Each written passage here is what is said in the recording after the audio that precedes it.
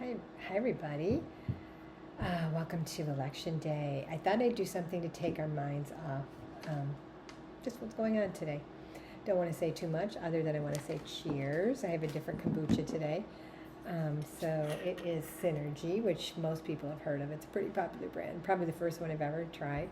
And it's pomelo and pink lemonade flavor. And this is really refreshing and really good.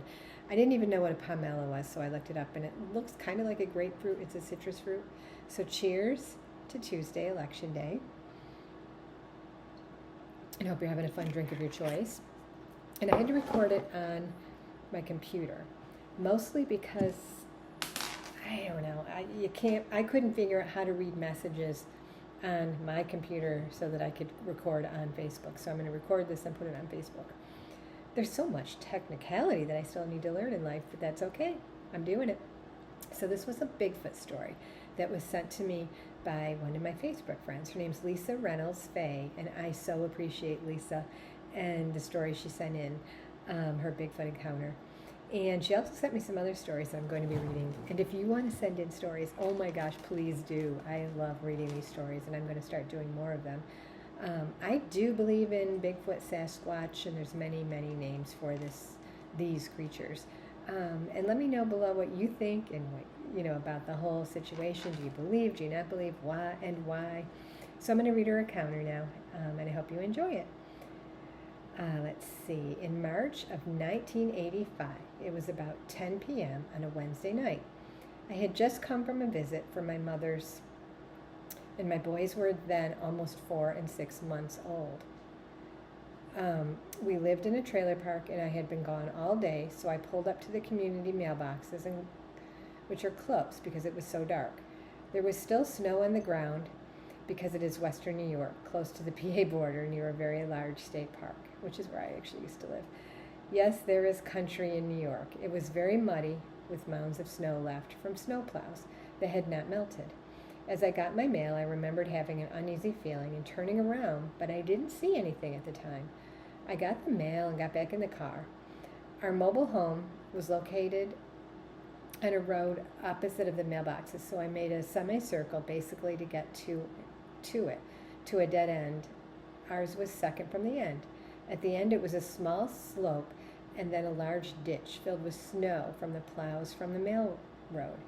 I backed my car in, but not far in because of the mud. I told my 4-year-old he would have to help me carry so I didn't have to come back out.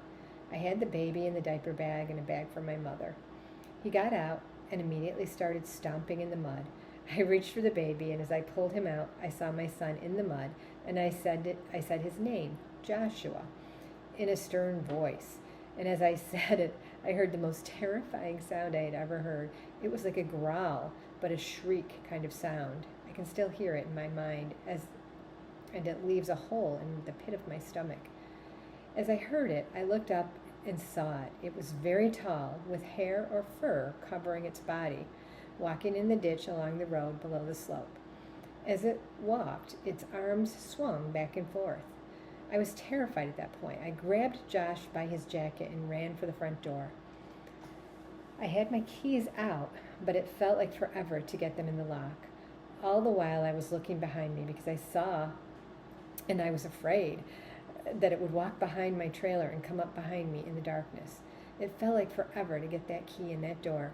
And when I finally did, I swung it open and grabbed Josh by the coat and picked him up and went right across the kitchen floor like a bowling ball.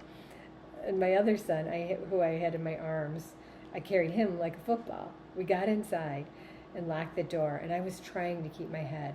I was terrified for weeks. We slept in the middle of the living room floor because the beds were too close to the window. The next day, my nephew said the kids on the school bus were walking about, and they saw a bear in the park. It was no bear. I saw it walk upright. And when my brother-in-law and I went to look, we found huge footprints in the snow where it had been. My son still remembers being tossed like a bowling ball, and I will never forget the sound of it or what it looked like when it walked. It was terrifying. And she said I had my permission to tell her story. So that's her story. So this happened not too far from where I'm from, in western New York. So if you have a story, send it to us. And I believe Lisa, nobody can't lie about this stuff. I mean, it just, these things happen and they're out there. And you can deny it, you cannot believe it, that's your choice, but boy, do I believe. So thanks for listening to this story, and I have others I'm going to do. Please send me your story if you want it read on here. I'd love to read it. So have a great election day, and cheers. Have a really healthy drink today. Thanks for listening.